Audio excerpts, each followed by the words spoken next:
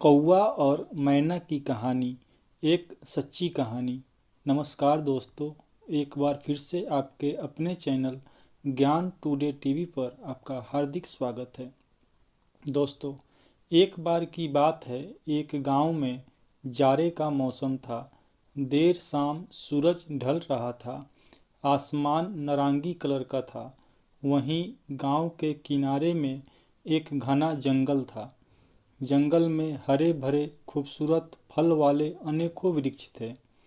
एक पेड़ के ऊपर काले काले कौवे बैठे हुए थे, जो कि कांव कांव चिल्लाते जा रहे थे। पूरे जंगल में कौवे शोर मचा रहे थे और एक दूसरे से झगड़ा कर रहे थे। तभी एक मैना वहां उड़ते हुए आई और उसी पेड़ की एक डाली में बैठ गई। जैसे ही वह पेड़ की शाखा पर बैठी, सारे कौवों की नज़र उस पर पड़ी। सारे कौवे उस पर टूट पड़े। मैना ने उन सारे कौवे से कहा, आज बादल बहुत है, इसलिए अंधेरा जल्दी हो गया है। मैं अपना घोंसला भी भूल गई हूँ। मुझे आज रात यहीं इसी पेड़ में बैठने दो। तब एक कौवे ने कहा, यहाँ से तू जल्दी भाग जा, यह हमारा पेड़ है। तब मैना ने कहा, यहाँ सारे पेड़ ईश्वर ने बनाए हैं, इसलिए यहाँ के सारे पेड़ों पर अधिकार ईश्वर का। अगर इस जाड़े के मौसम में कहीं बारिश होने लगे या यहाँ ओले गिरने लगे तो ईश्वर ही हमें उन सब से बचाएंगे। तब एक कौवा ने कहा, नहीं, तू यहाँ से निकल।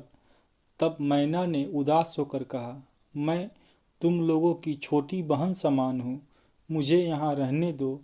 तब कौवा ने कहा, हमें नहीं चाहिए तुम्हारी जैसी बहन।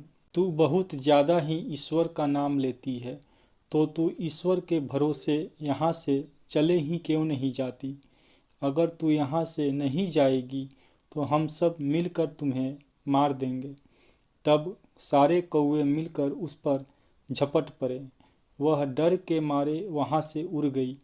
तभी तेज वर्षा होने लगी, बिजली कड़कने लगी। तभी वह मैना को पास में एक आम का पेड़ मिला। वह वहां जाकर बैठ गई। उस पेड़ में काफ़ी सारे आम फले हुए थे। बिजली तेज कड़कने लगी, पानी तेज हो गया। पानी तो गिर ही रहा था, अब तेज बारिश के साथ बड़े बड़े ओले गिरने लगे। जिस पेड़ पर वह सारे कौवे बैठे हुए थे, उस पेड़ पर ओले गिरने से सभी कौवे को चोट लगी। कुछ कौवा मर गए और कुछ घायल हो गए, और कुछ घायल होकर जमीन में अधमरे पड़े हुए थे।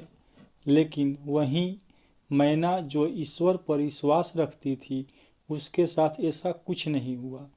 वह जिस पेड़ पर बैठी थी, उसकी एक टहनी टूटकर नीचे गिर गई, जिससे कि जमीन में एक गड्ढा हो गया और वह एक गुफा बन गया, जहाँ पर वह मैना जाकर छुप गई।